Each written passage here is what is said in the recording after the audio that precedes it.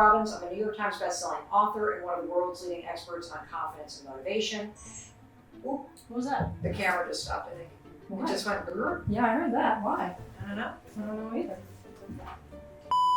He's also the New York Times bestselling author of 8. Yep, you heard it. 8 incredible books all about happiness, many of which are required reading in university courses. So that's the first thing that I learned. Now, the thing that I found, what? Maybe we should put an iPhone right there just in case so we can keep going. Paradoxically, actually leads to more happiness.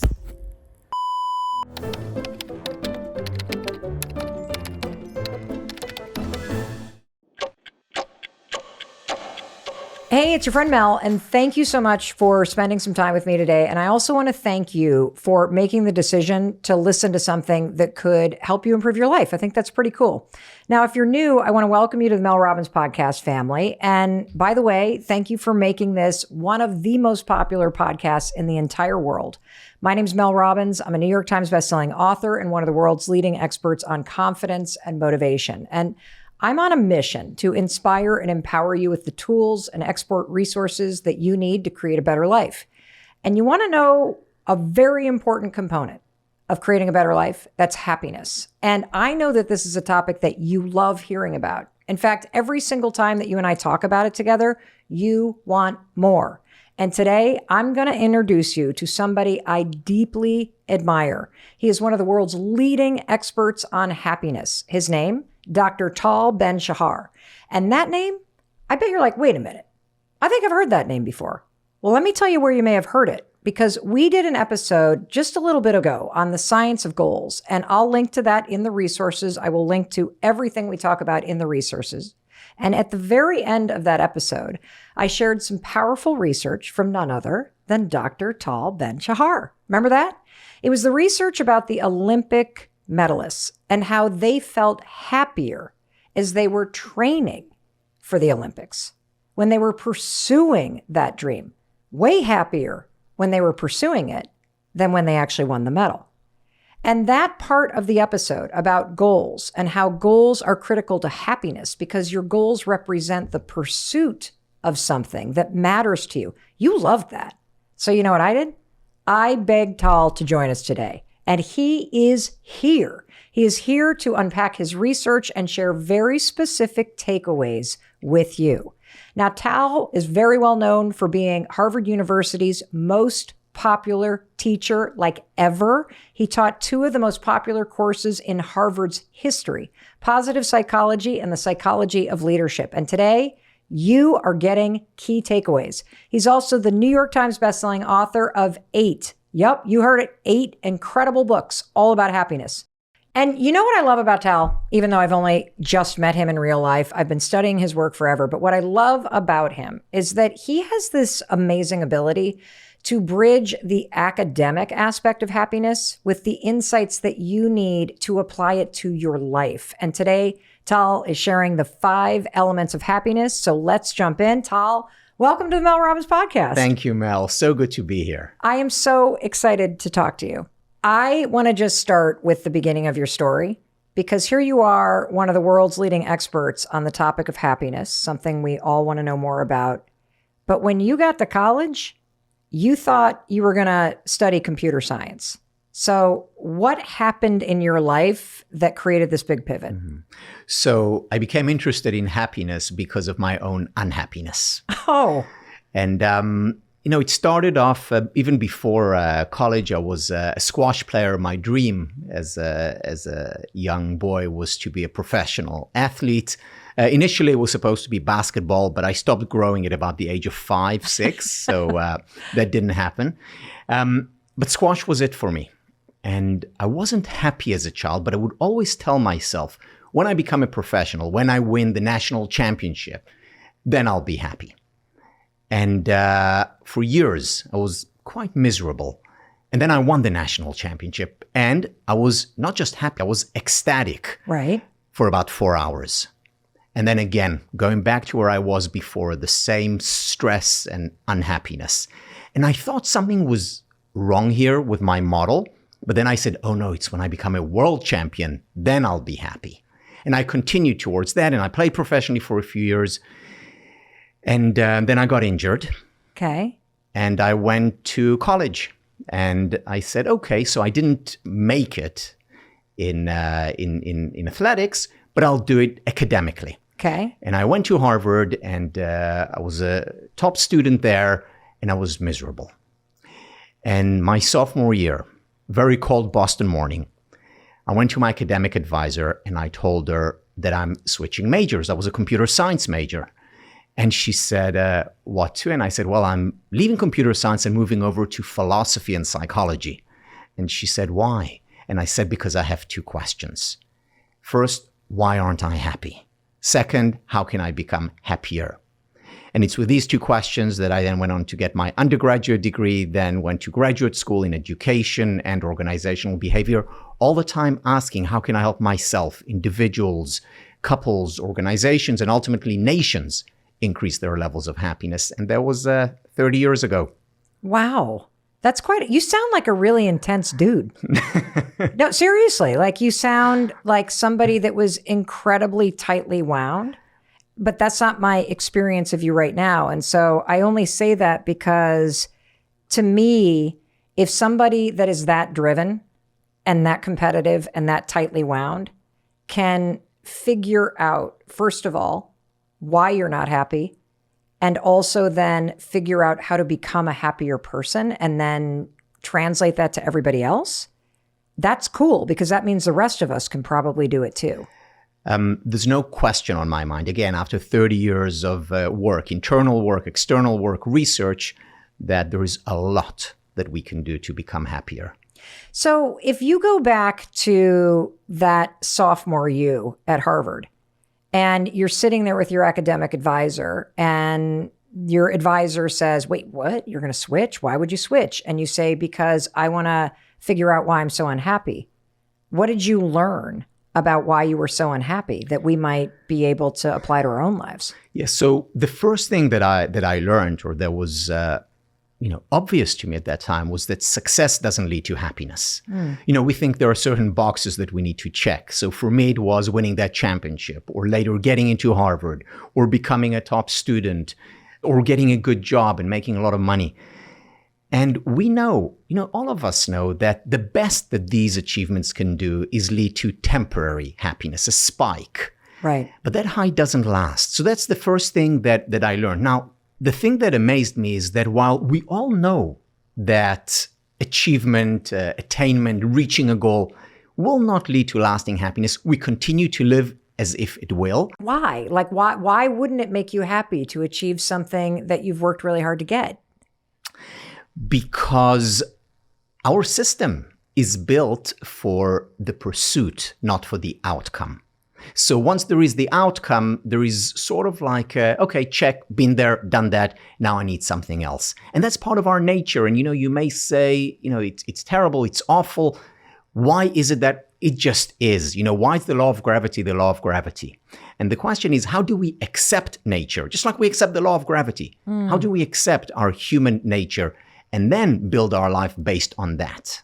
So if I'm hearing you correctly, what you're saying is that one of the biggest things that somebody could take away from this conversation with you is that you are not hardwired to feel happy simply because you've achieved something, that happiness is tied to pursuing it, not the achieving of it? Yes. And if you do live by the belief that achievement will lead to happiness, that will cause you a great deal of unhappiness. Oh, that's a big one. In fact, that is one of the main causes for the levels of unhappiness that we see in our world, because people are focusing on the wrong thing. They're climbing up the wrong mountain.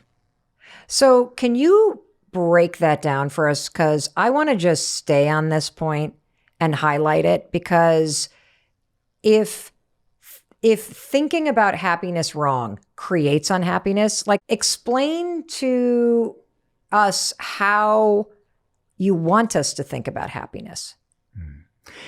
So happiness is important. It matters. Just like we are hardwired not to celebrate successes forever, we're also hardwired to pursue happiness. So it's not that I'm saying, okay, forget about happiness. Happiness matters. Okay. However, there's also research, and this is research done quite recently by Professor Maus, M-A-U-S, showing that if I wake up in the morning and say to myself, I want to be happy, or happiness is important for me, or it's a value for me, I will actually become less happy.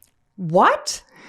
Wait a minute. Yeah, really? That was exactly my reaction. That's a problem. And I read about this, 5 years ago, and I said, but, that's what I'm dedicating my life to. Of course, happiness is important for me.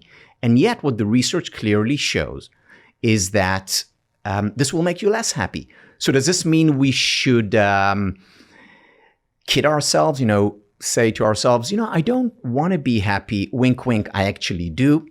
Self-deception is certainly not the path to happiness. So what do we do about it? Well, let me use an analogy that was very helpful for me in thinking about happiness. Imagine you go outside. It's a beautiful sunny day, and you want to enjoy the sun. So you look up at the sun directly. What happens? You hurt yourself. It burns. It hurts. You tear up. So looking at the sun directly hurts. However, what if you take a prism and you break the sunlight, and then you look at what has just been broken? In other words, the colors of the rainbow. Then you can look at the sunlight and enjoy it, but you're looking at it indirectly. It's the same with happiness. Pursuing it directly and saying, I want to be happy. Happiness is important for me. That will make us unhappy. But if I break down happiness into its metaphorical colors of the rainbow and then pursue it indirectly, that is when I can actually become happier. Okay, so I'm going to see if I can understand this, because you're saying, I totally get the part that if you focus at something maniacally, right, you're going to get the sunspots. You cannot hold that intent gaze at something, even if you want to. But when the sunlight hits a prism and it casts a rainbow, you're saying that the rainbow is the way that you indirectly enjoy the sun. I have so many questions. The first one I have is, what is the definition of happiness? There are 5 elements to happiness. There may be more, but 5 main elements to happiness, which we call the SPIRE. The SPIRE. Elements. S-P-I-R-E. S stands for spiritual well-being. Okay. Spiritual well-being is about, of course, we can attain it through religion, but we can also find it through doing something that is meaningful to us, purposeful. By being mindful, by being present, we experience the spiritual. That's one of the colors of the rainbow. So if I wake up in the morning and say, I want to be happy, I'll be less happy. But if I wake up in the morning and say, I want to find something which is more meaningful to do, or I'm going to meditate for 10 minutes now, that is an indirect way of pursuing happiness. That's one of the colors. So that's the S of SPIRE. The P of SPIRE, that's physical well-being. Physical well-being is about nutrition. It's about rest and recovery, sleep. It's about touch. It's about what we eat. That, of course, matters. So if I start to exercise regularly, that's an indirect way of pursuing happiness. If I eat more healthfully, the same. Then we have the I of SPIRE. I stands for intellectual well-being. That's about curiosity, about asking questions, about constantly learning, about deep diving, whether it's into a text or a work of art or nature. And these are, again, all indirect ways of pursuing happiness. The 4th color of the rainbow, the R of SPIRE, relational well-being. Number 1 predictor of happiness, quality time we spend with people we care about and who care about us. So if I spend more time with my loved ones, indirectly pursuing happiness. And finally, the E of SPIRE, emotional well-being. Emotional well-being is, first of all, about giving ourselves the permission to be human. In other words, allowing the embracing painful emotions that are natural parts of any life, even a happy life, sadness, anger, frustration. Allowing these emotions to freely flow through us paradoxically actually leads to more happiness. So these 5 elements of happiness, spiritual, physical, intellectual, relational, and emotional well-being, are the metaphorical colors of the rainbow. And when we pursue them, we're actually pursuing happiness indirectly and becoming happier. As you were describing all 5 elements, you did keep saying the word well-being. And what I wonder as I'm listening, because it makes a lot of sense, right? That all of these components go into a whole look at how to elevate or experience happiness in your life. What do I got to achieve next to feel that thing that I want to feel? How would you begin to explain to somebody like that what this actually means and how you pursue it? If you don't even know what happiness kind of feels like, you got the wrong definition. Right. So the first thing that I would do is I would take a step back and explore models of happiness. Because if you think about it, in our culture today, we have 2 major models of happiness. The one model of happiness, which is mostly associated with the West, is you become happier by achieving your goals. Right. That's the most important thing. You get to the peak of the mountain, then you'll be happy. That's Yes. a model that I tried and that many people tried. It doesn't really work. The other model that people veer towards is, okay, so the future doesn't get us happiness. Let's focus on the now. Let's just be in the present moment. Yes. And that's an alternative model, which is mostly, again, this is very broad brushstrokes, mostly associated with the East. Meditation, mindfulness, be in the here and now. There are problems with both models. We know what the problem is with the future-oriented model, but there's also a problem with the present-oriented model, and that is human nature again. Because we do want goals, we are ambitious, we do want to achieve things, and whether you're living here or in Vietnam. And the question is, can these 2 models be reconciled? In other words, can you draw the best of both worlds? And the answer is yes. Goals matter. They're important. Whether it is to win a championship in sports, or whether it is to get into a college, or whether it is to make X amount of money. Goals matter. We care about them. Why do they matter in the context of happiness? Well, they matter because, again, it's part of our nature. We want to improve. We want to get better. And that's a beautiful and wonderful part of our nature, which we ought to celebrate, not attack. So that's a good thing. Okay. However, what we also know is that the achievement of these goals will not make us happy. What will make us happy? Not the achievement of these goals, but the existence of these goals. Whether or not I achieve them is actually less important. To have them matters. Why does it matter? Because think about it. You go on a road trip and you've no idea where you're going. So, you turn left or right. You look over, am I falling over a cliff? What should I do today? Is this the right thing? You're meandering. You're not certain. You're not happy then. But if I'm going to the top of that mountain over there, then you can, go there with full energy, with motivation, especially if that mountaintop is meaningful to you, which is an important component of a goal, of course. So you have a meaningful goal, you're going towards it. And what does having that goal do? What it does for you is it liberates you to enjoy the here and now. That makes a lot of sense. And that's how the two of them are reconciled. Because it gives your day-to-day life a sense of purpose and direction.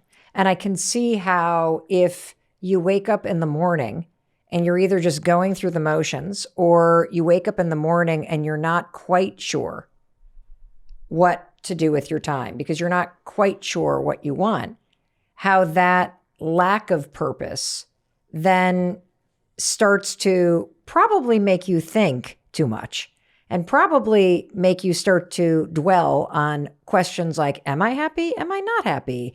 What should I be doing? I don't know. Am I lost? Am I stuck? I've certainly been in those areas of my life. And so you're absolutely right about that. I see what you're saying. And then what that means is that future goal is not an end, but rather a means. It's a means towards liberating you to enjoy the here and now. Tal, thank you for explaining that. And this is a great moment to remind you as you're listening that the episode that we did on the science of setting deeply personal goals We're going to link to that in the resources. It also is the episode that features some of Tal's research on goal setting. That's there for you. I want to hear a quick word from our sponsors who are bringing us this amazing, amazing information about happiness at zero cost. Do not go anywhere. You're going to be happy you stuck around, because when we come back, I'm going to ask Tal to walk you and I step by step through all 5 elements of happiness and give us a specific example of a simple action you could take in each area that will make you feel happier today. Stay with me. Hey, it's Mel. You know, I see you showing up here all the time on YouTube, and I love inspiring you. But just imagine what would happen if for the next 6 months, you took everything that you've been learning here on YouTube with me and you put it into action in your life. Let me help you do it. Let me give you the structure, the accountability, and the support that you deserve. I want you in my 6-month exclusive coaching program called Launch. Registration is open right now. It closes on April 25th at 7 p.m. Eastern, and then that's it. I'm not offering this coaching program again until 2025. You have no idea how successful you could be. Now's your chance to find out. Go to melrobbins.com/launch before another year of your life goes by, or click the link below.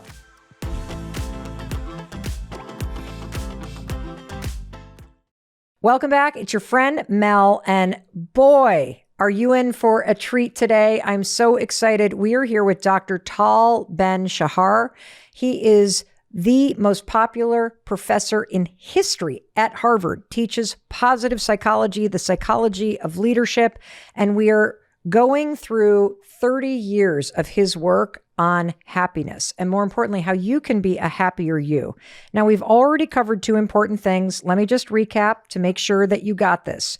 That happiness is about wholeness. And there are 5 elements to you being happier: spiritual, physical, your intellectual wellness, relationships, and emotional. And one of the things that I wanted to ask you, Tal, is you're talking a lot about the things we can do to improve those areas of our life, which impacts our happiness. For somebody listening that maybe has not grown up around happy people, doesn't really know if happiness is possible or even kind of what it feels like. Where do you even begin if you don't know what happiness looks like or feels like or how to achieve it? Yeah. You know, I always tell my students that the best self-help books are biographies. Why? Because biographies give us, the deep understanding of what a happy life or a miserable or a successful life looks like. And one of my favorite biographies is Mahatma Gandhi's. The subtitle of his autobiography is My Experiments with Truth. It's not my finding truth. It's not the ultimate truth. It's my experiments with truth. And that, for me, is a guiding mantra. And I think it ought to be for many of us, because it is very much about experimentation. It's about trying things out. It's about trying different ways of being, living, and doing. And through experimentation, and if we're not afraid of experimenting, of trying, and if we're not afraid of falling down, then we'll get better. Then we'll grow. Then we will actually become happier, with an emphasis on happier. What do I mean by that? See, many people ask me, okay, Tal, you've been in this business for 30 years. 30 years ago, you embarked on this journey. Are you finally happy today? Are you? Good question. My answer is, I don't know. What? That is not acceptable, Tal. I'm sorry. You're supposed to be here and tell us to be happy. How to be happy. You don't know if you're happy? I'm here to tell you how to be happier, not happy. Because I don't know what being happy is or means, in the sense that I don't think there is a binary 0-1. Okay, so yesterday I was unhappy. Today I'm happy. Rather than a binary 0-1, it is a continuum. So I can certainly tell you that I'm a lot happier today than I was 30 years ago. But I hope that 5 years from now, I'll be happier than I am today. How will you know? How do I know that I will be happier? Or how do I know how to measure that I'm both? How I know this is a kind of a basic question, but happiness eludes so many people. There are so many people that write in about feeling stuck or a lack of purpose or devastated with grief that I know when you look in the rearview mirror, you can say, oh, I'm happier than I was 10 years ago. I feel in your definition that you've presented to us that you really like a sense of wholeness, right? An access to it. But for somebody that really feels like, whether it's because of depression or they're just been miserable their whole life or their life has been really hard. Yeah. So I would go for, small changes. Okay. The Kaizen change that the Japanese talk about, which is how can I become 1% happier? Not how can I become happy? Not how can I, find, the answer. Just how can I become 1% happier? And then if you ask this question and look at the 5 SPIRE elements, and you can look at all 5 and you can look at one of them. How can I introduce a small change? Experiment with a small truth. And then see how that works. And then if it does, great, do more of it. If it doesn't, try something else. But the key is to continue moving, because as we know, one of the major characteristics of depression is helplessness, which means doing nothing. So counter that with doing something. And again, that something doesn't have to be major. One of the things that I'm working on a lot now is how small changes can make a big difference. Yeah. When consistently applied. And I know that you are, doing work in that area as well. When you talk about, take that 1 minute to breathe. And those small changes make a big difference. And, I've coined a term. So I don't know if you're familiar with the term MVP, not from sports, from business. MVP, minimum viable product. Now, this is something a company, brings out as sort of a beta version, a test case. And, it's not perfect. It's not ready. It's not ideal, but it's good enough. So based on this MVP, minimum viable product idea, I coined the term MVI, minimum viable intervention.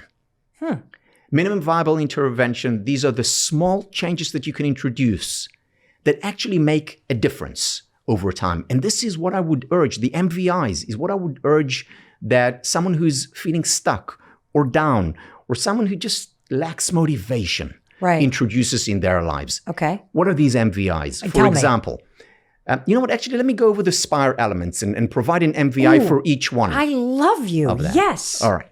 So, spiritual well-being. Spiritual well-being is about purpose and presence. Okay. Let's say for 1 minute, breathe deeply, focusing on the air going in and out. That's meditation. It's not 30 minutes, but it's 1 minute. And we know, and there's a lot of research showing that 1 minute can make a huge difference. There are so many things we can do in 1 minute while being present. And that will enhance, and we know that, and there's a lot of data on this, will enhance your spiritual well-being as well as your physical well-being. But let's move to the P of SPIRE for a second. So going to the gym, working out for an hour, great. Doing high-intensity interval training for 15 minutes, amazing. Sounds horrible, honestly. But you will become happier as a result subsequently. But what about taking 30 seconds or 45 seconds for a burst of energy, running on the spot or doing your push-ups or sit-ups? 45 seconds, that's all. Now we know, again, there is research on it, showing that if you do it 3 times during the day, you will actually have the equivalent of a workout. So it doesn't have to be all at once, meaning you can do it, now for 45 seconds and then in 2 hours, another 45 seconds climbing up and down the stairs, which you can do in the office. You don't sweat, you don't need to, shower after. And then 5 hours later, you do it again when you get home. 45 seconds, minimum viable intervention. It's cumulative. And it actually has the effect of psychological well-being impact, and it also impacts your, of course, physical well-being. Now, as you're talking, I just want to remind the person listening that you're considering this inside the context of happiness being wholeness. and well-being, meaning you are intentional about caring for your well-being. That these are all components of wholeness, and these 5 categories are the ones that matter the most. So what's another MVI for I? Intellectual well-being. So intellectual well-being, which is after spiritual and physical, it's the third element. This is about, for example, learning something new, and going online and looking at these, short excerpts. Okay, I'm going to learn a new technique, or I'm going to learn a new idea, or I'm going to come up with a new question to ask my partner or my friend. So this is intellectual well-being, and it's incredible how these small changes, just asking a question or just learning something new, then trigger your curiosity muscles. By the way, Mel, I forgot to say this, but curiosity, the saying curiosity kills the cat? Yeah. It turns out that it's the opposite for human beings, meaning people who are curious, who ask many questions, who are lifelong learners, actually live longer. Wow. So look at all the benefits of being curious. So that's intellectual well-being. Then we have relational well-being, the R of SPIRE. A hug, a nice text you send your partner. Relational well-being, really listen to someone, be present for them, even if it's for 2 minutes. The impact of it on the relationship, on them, on you, is remarkable. And yes, of course, if you have 2-3 hours to spend together, even better, ideal, good enough to use those MVIs. I'm hearing from so many people that listen to this podcast that are really struggling with loneliness. And if one aspect of the SPIRE model, one of the 5 elements of happiness, is your relationships and well-being in that area, what does the research say in terms of how many friends? Is it deep? Is it tons? Like for somebody that's just feeling isolated and lonely, or that sense like, where are all my friends, and feels disconnection, what does the research say in terms of happiness? Number 1 predictor of happiness is quality time we spend with people we care about and who care about us. Now, we also know that the number 1 predictor of unhappiness in our world today is loneliness. And this was exacerbated as a result of COVID, of course, because what loneliness does is it very often gets us into this downward spiral where I feel lonely and I feel, incompetent in the social realm. And what we need to do in order to get out of it is get out of it. There has to be focused action and intention. In other words, single tasking rather than multitasking. Because one of the main causes of loneliness is not the fact that we're not around people. It's the fact that when we're around people, we're also doing 20 other things. Daniel Goleman calls our age the age of distraction. Yes. So, if I'm with friends, but at the same time, I'm texting and doing something else and we're not really together. Right. It's the example that I like. So imagine you're listening to your favorite piece of music. And can I share with you what mine is? Absolutely. All right. Don't tell anyone, though. Drake? No. Close. Whitney Houston, and I Will Always Love You. Oh my God. My favorite song of all time. So imagine you're listening to that, or whatever your favorite is. And, you close your eyes, you focus, and you rate it on a scale of 1 to 10. It's your favorite. It's a 10. And then you listen to your second most favorite. And, my second most favorite is Beethoven's Fifth Symphony. Pa-pa-pa-pam.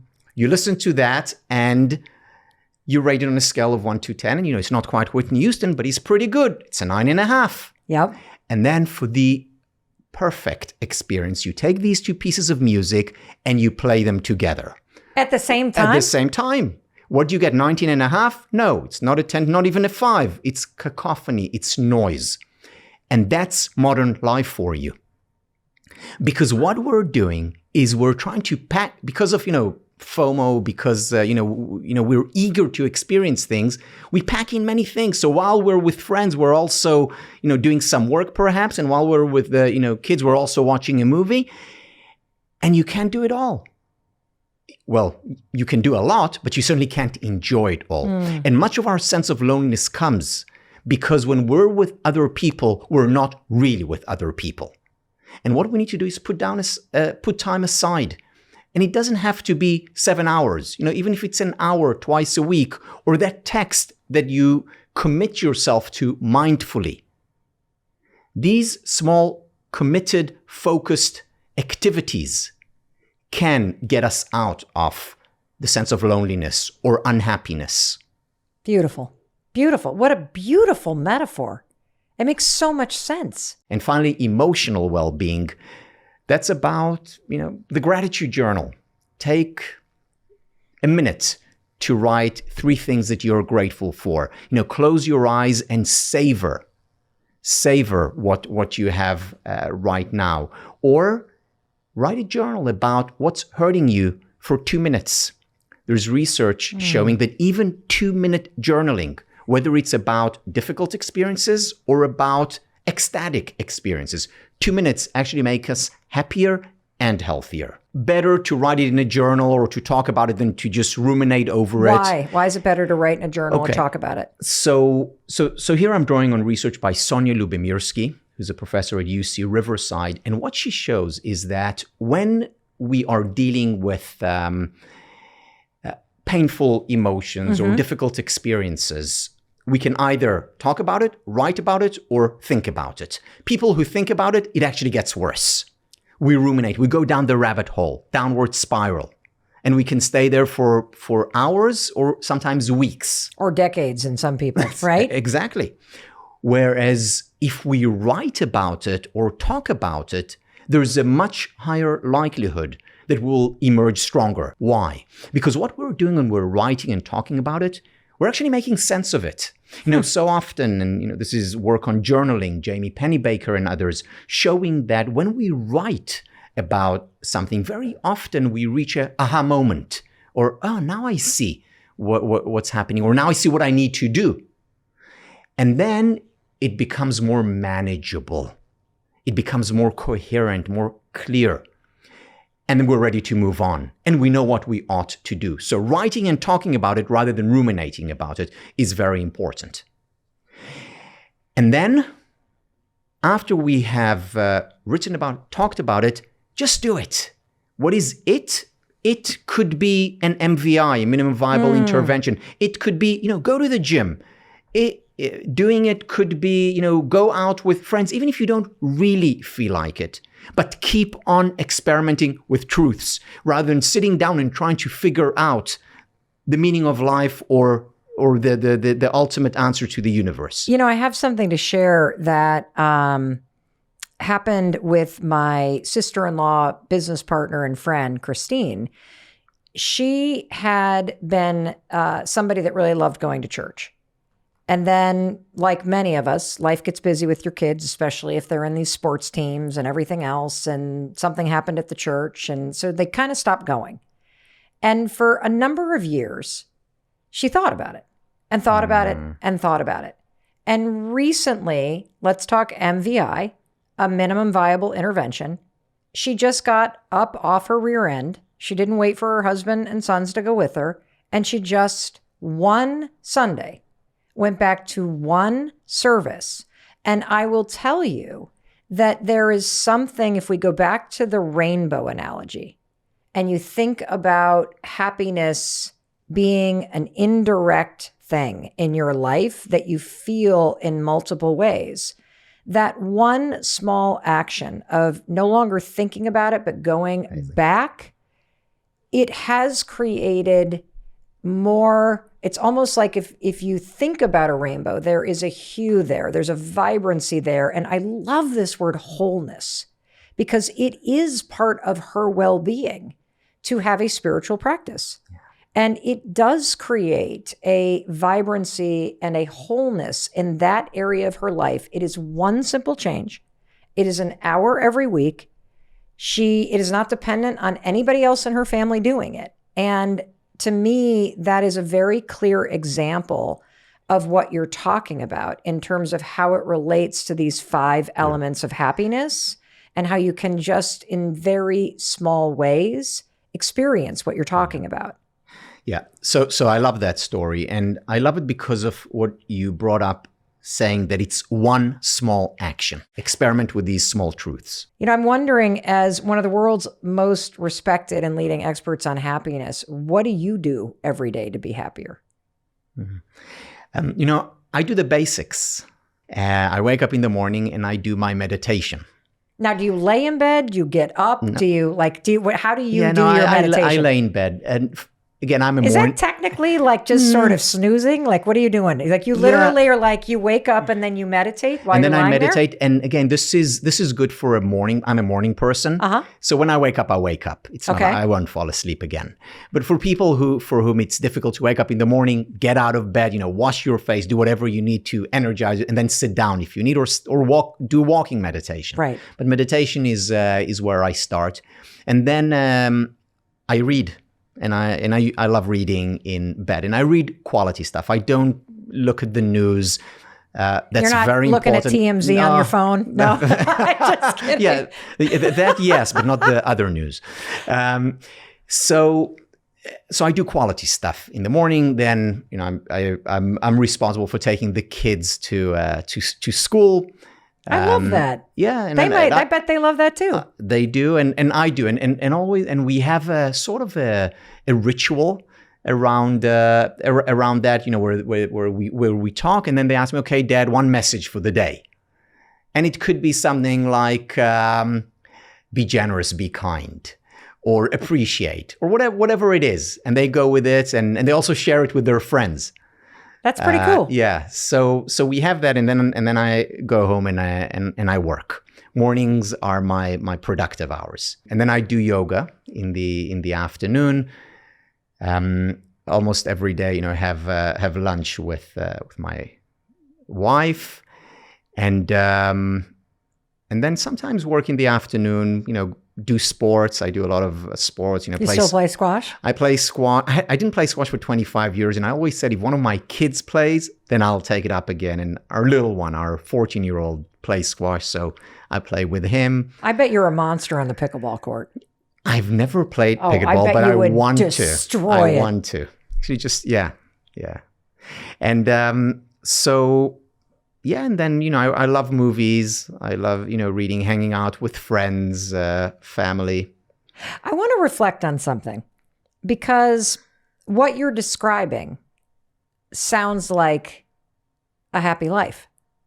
And if you're not watching this on YouTube, you can probably hear in Tal's voice that he's smiling as he's reflecting on this.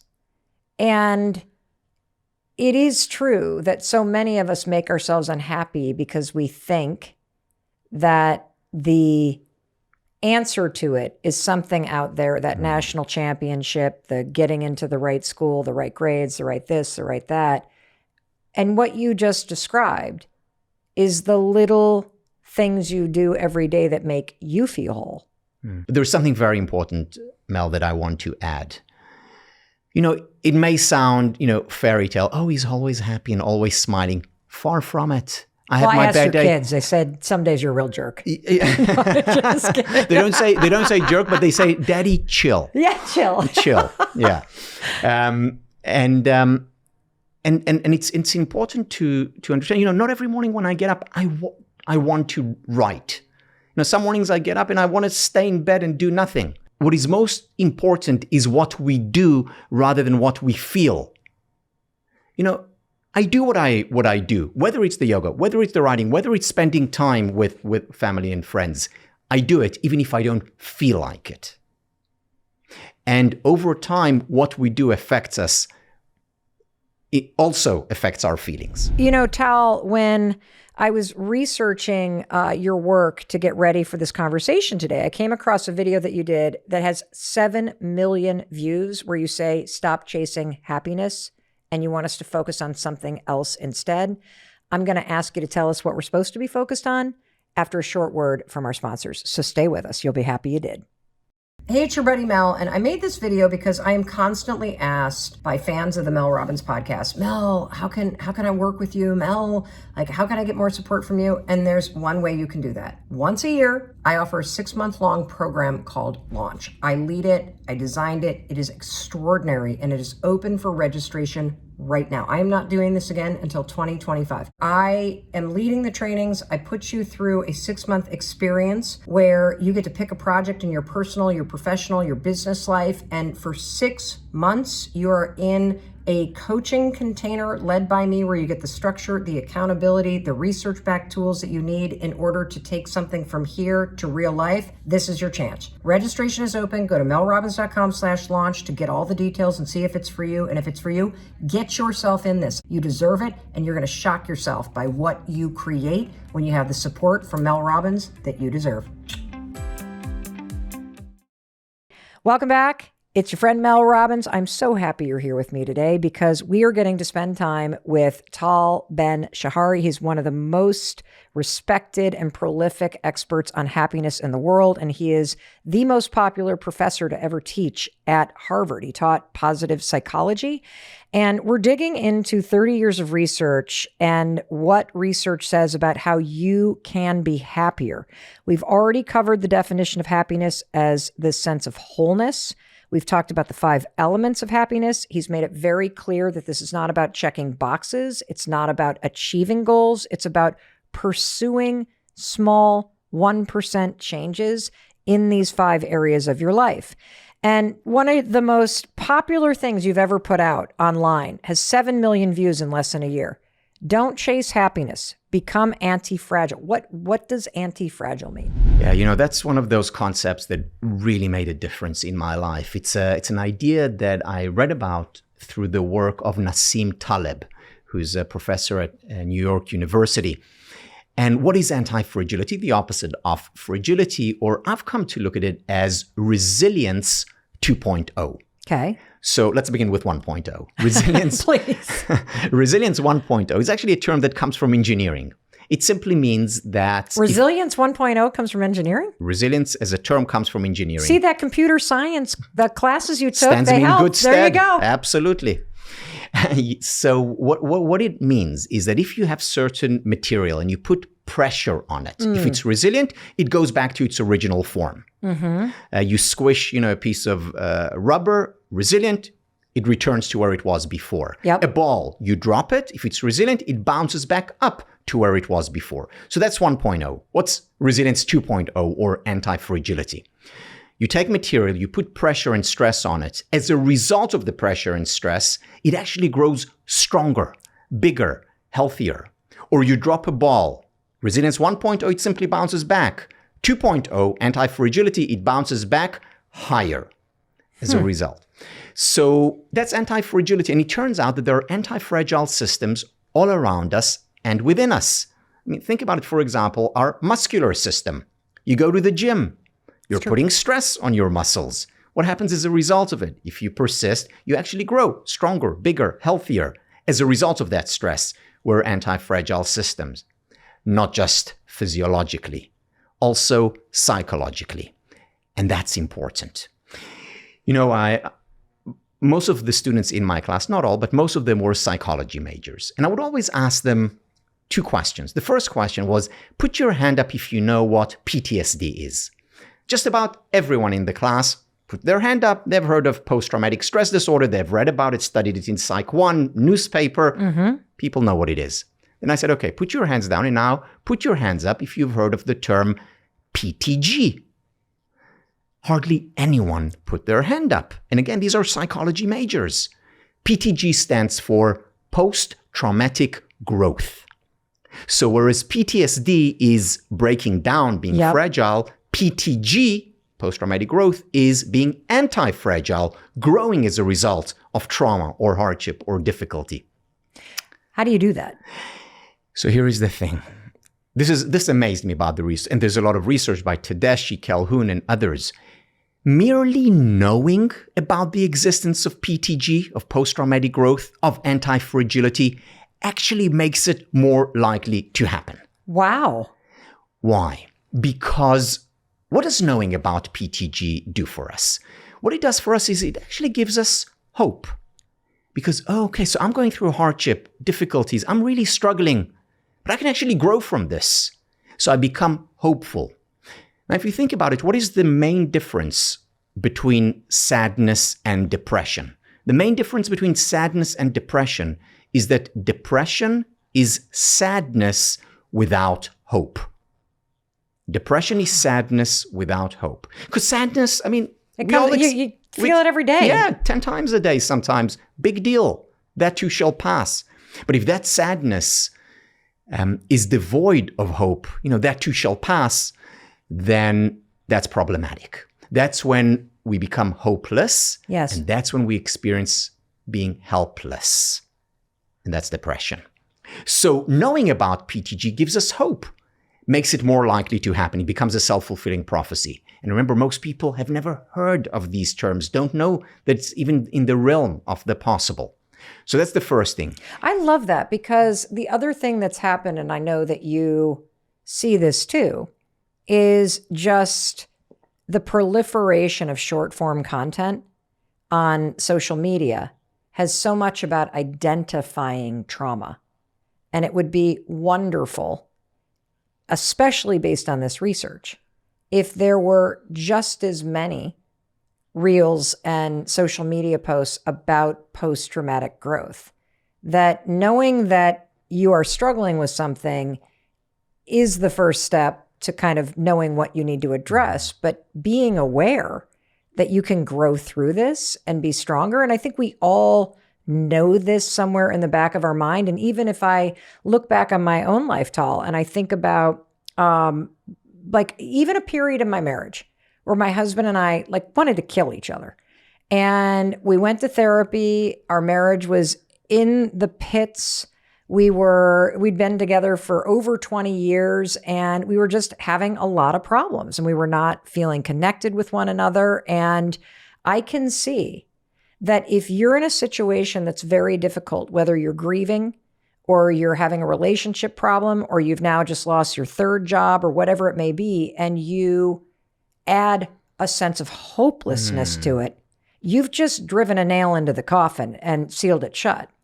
It's the hope that it can get better that is what allows you to grow through it. And you're here to say that no matter what the traumatic experience or the heaviness of the emotion or the very real life experience that you may be living through right now, that just like a sun can shine through a prism and cast a rainbow, so too hope can shine through this experience and you can grow stronger. And even just knowing that in your definition of being a whole human being who takes care of self, that hope is a critical ingredient to you getting better.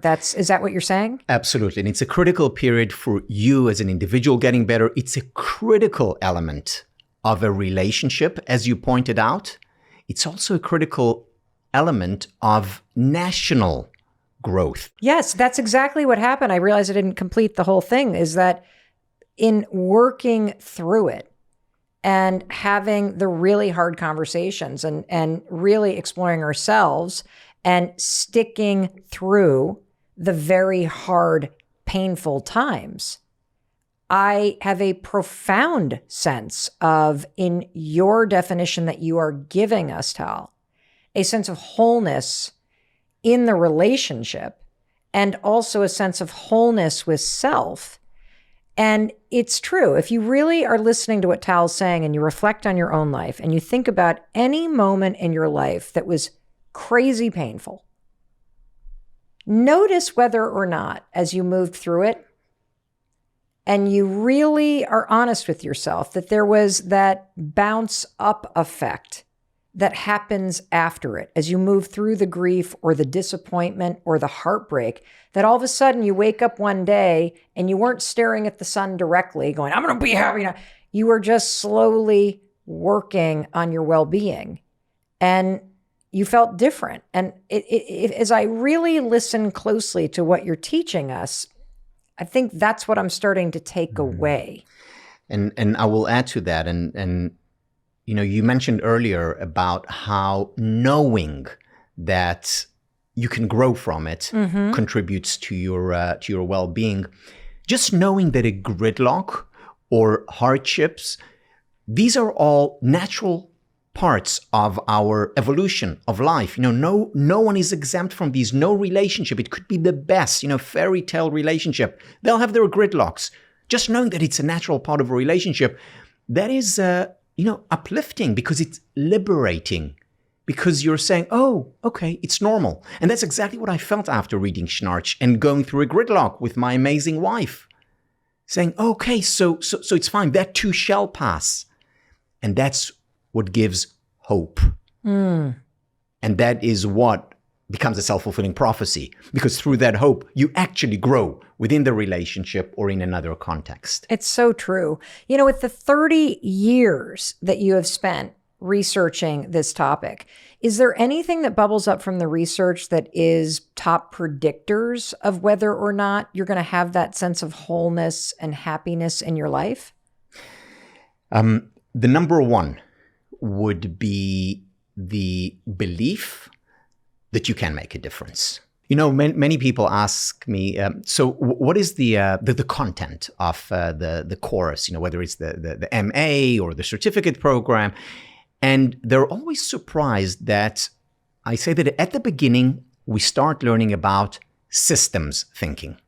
Oh, And, really? Yeah, and systems thinking, For somebody who has no idea what that is, what the hell is systems thinking? No, seriously, So- like for somebody who's Yeah. like, what's systems thinking? Yeah, so systems thinking is about looking at things as wholes.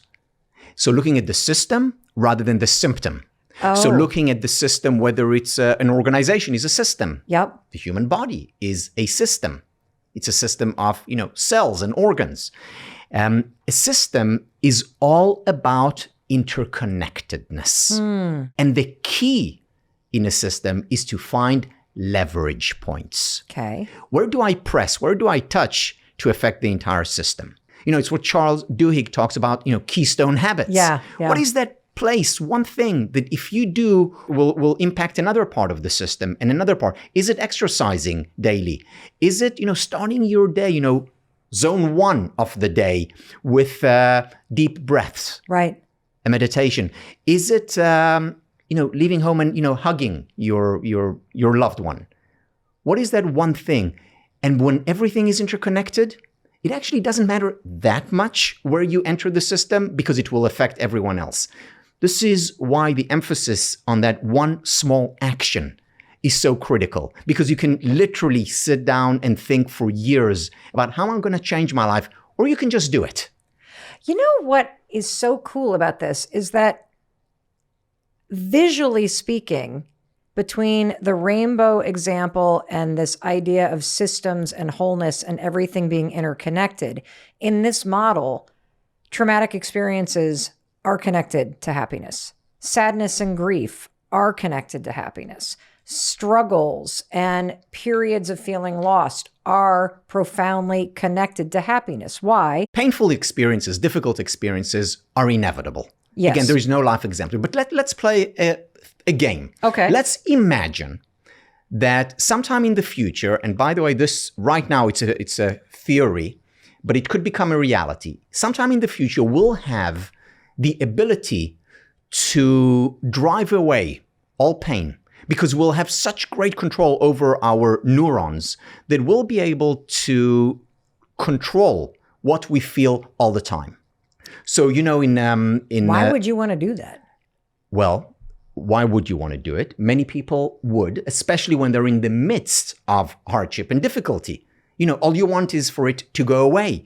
Or what if you see your loved one, your child in pain? Maybe you can make it go away. I just got something from you. Do tell.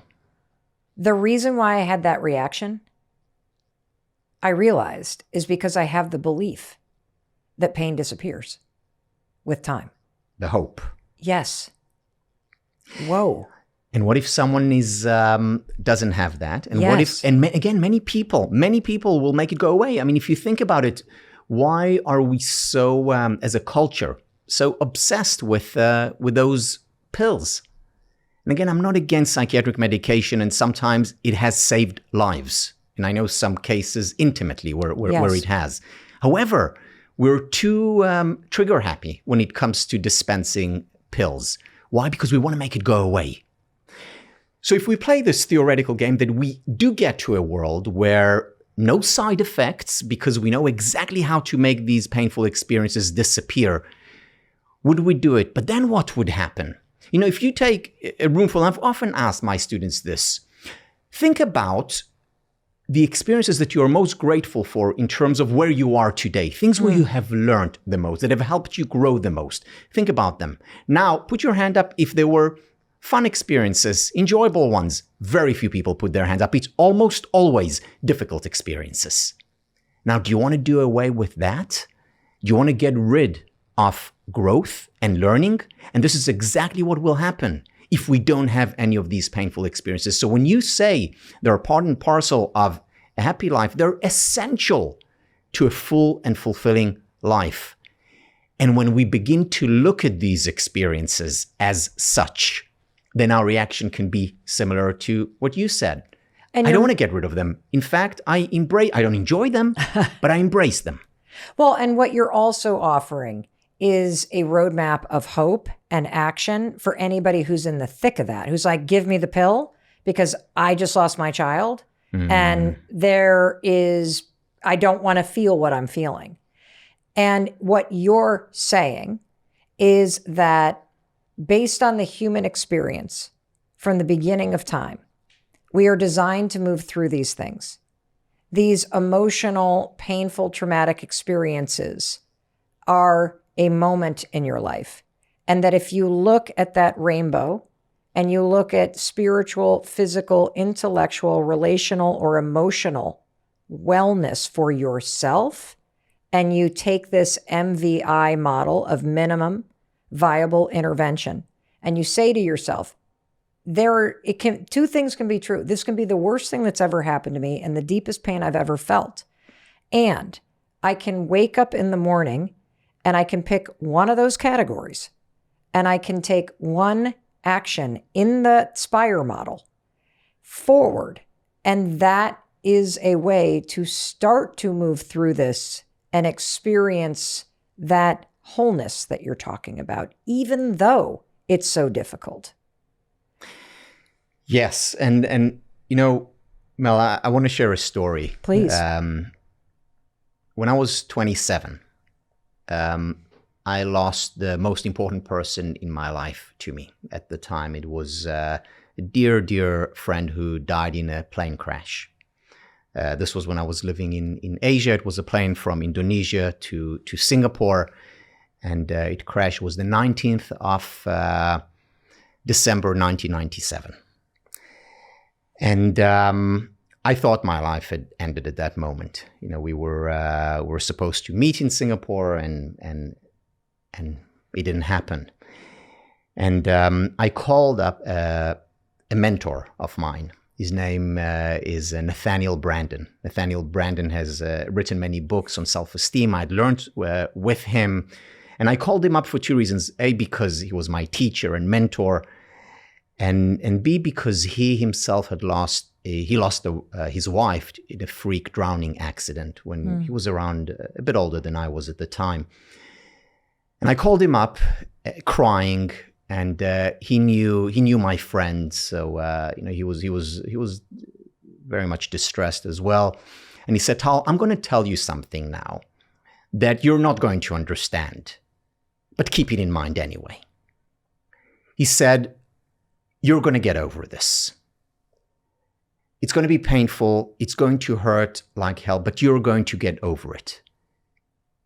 We all do. Because if we hadn't, then God help us all." And again, this was many, many years ago. I still remember it. And I remember it each time, even when I go through minor crises. Because we do get over it, because we're built to overcome hardship and difficulties. And sometimes it takes longer, sometimes, it's a day. But we do get over it, and having that hope and doing something with it. Again, not staying and moping and ruminating. writing about it, talking about it, doing small things. That is the way out of it. Thank you for sharing that. Like I was trying to put myself in your shoes because I think in the depths of that moment, I'd probably be like, fuck you. I don't want to hear that. I'm not getting over that. You know what I'm saying? But it is true that we do get through the things that we never think that it's possible to get through. I'm also really curious, since you're constantly researching something and clearly writing a book, and you've got an academy and you are teaching people around the world, is there a particular piece of research or new kind of finding around happiness that really excites you? So what I think about a lot is, how do you bring about lasting change? Because, people are listening to us now and they're thinking, oh yeah, I want to do it. Or, I would give a lecture and, the audience would think, yeah, I'm going to implement it. But most times nothing happens. Right. Most change efforts, you talk about it, coming into 2024. So you have a goal and, a 30-day challenge, in January, February. What happens with that? Usually not much. Yep. So what I think about constantly and what I'm researching is, how can you increase the likelihood, not guarantee, but increase the likelihood that you will enjoy lasting change. And, I love acronyms, as you figured out, the SPIRE, MVI. So here is the third acronym. Give it to us. The 3 R's The 3 of change. R's. Okay. And we can use this with everything that you've taught us today in terms of making being happier a lasting change in your life. Exactly. Okay. So that's why the 3 R's, that's why it's so important for me to think about it, write about it, talk about it. The 3 R's of change are essentially the, should be the intel inside, so to speak, of every change effort. Okay. So what are they? It's not reading, writing, and arithmetic. Other 3 R's. It's the first R is reminder. I mean, think about it, Mel. So if I asked you this, tell me, is it important for you to appreciate the good people in your life, to appreciate whatever works in your life, or do you prefer to take it all for granted? Exactly. So, no one would say, I've had enough of appreciating my loved ones. It's time to take them for granted for a while. No one would say that. Except for my husband in therapy. That too shall pass. So, and yet, even though everyone would say it's important for me to appreciate, most people, this is an empirical fact, most people, most of the time, take the good things in their lives for granted. True. Do not appreciate their loved ones most of the time. True. Most people, most of the time. Now, it's not because they're bad people. It's not because they are not smart. It's not because they don't have the desire to appreciate. All these things are in place. The problem is that we forget. Which is why the first antidote to forgetfulness, or the first antidote to the absence of change, is reminders. Yes. And Mel, you talk about it. You talk about your Post-its. Yes. I love that. Create reminders around you, whether it's Post-its, whether it's walking around with a bracelet that reminds me of something specific. Or a rainbow. Like, I keep thinking about how much you've poured into us and how actionable everything is and understandable, that even if you were to write on a Post-it, SPIRE, and it's a reminder of the 5 elements every morning, and you pop it on your mirror or at your computer at work, like now it's in your face. And that's more likely, with the reminder, to help you go to the next star, which is what? Which is repetition. Because 1 or 2 reminders, one day, second day, not enough. Yep. We need repetition. We need to do it over and over and over again. And for that, you need many reminders. So, for example, a recurring function on your calendar. Yep. Every Monday, Wednesday, and Friday, I'm in the gym. Yep. And after you have repetition and you have enough of it, that is when we get to the third R, which is rituals. What are rituals? Rituals are actually deeply embedded neural pathways. That when we repeat an action over and over again, that action becomes automatic because neural pathways have been formed. Our brain has quite literally been transformed through the repetitive action. Simple example. Mom reminded me to brush my teeth. Yep. over and over again, repetitively. I don't need mom anymore to remind me because it's a ritual. Right. It's the same with cultivating a tennis forehand. Initially, the coach reminds me, you get your hand up, meet the ball here. Right. And you do it again and again. Right. And then you wake up Serena Williams in the middle of the night. She'll hit that forehand. That's true. Perfectly, because it's a ritual. Right. It's a habit. There are neural pathways associated with that. Whether it's for hugging your loved ones, whether it's for acts of kindness, we can actually ritualize them. Now, to many people, this sounds like, the absence of spontaneity. If you ritualize things, I'm not against spontaneity. It's great. But if you want to bring about lasting change, the only reliable way that we know about is by cultivating rituals.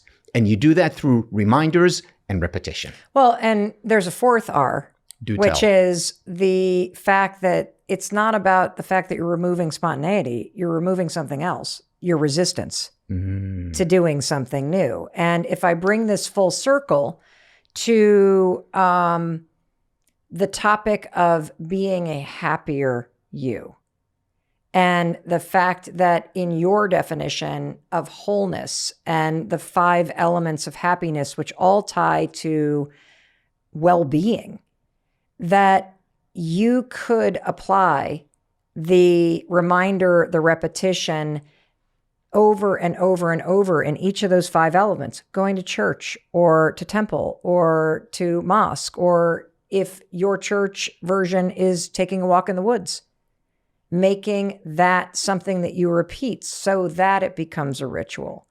That these things, and I'm suspecting that this is why you are an unwavering optimist in people's ability, absolutely anyone's ability to be happier. Mm-hmm.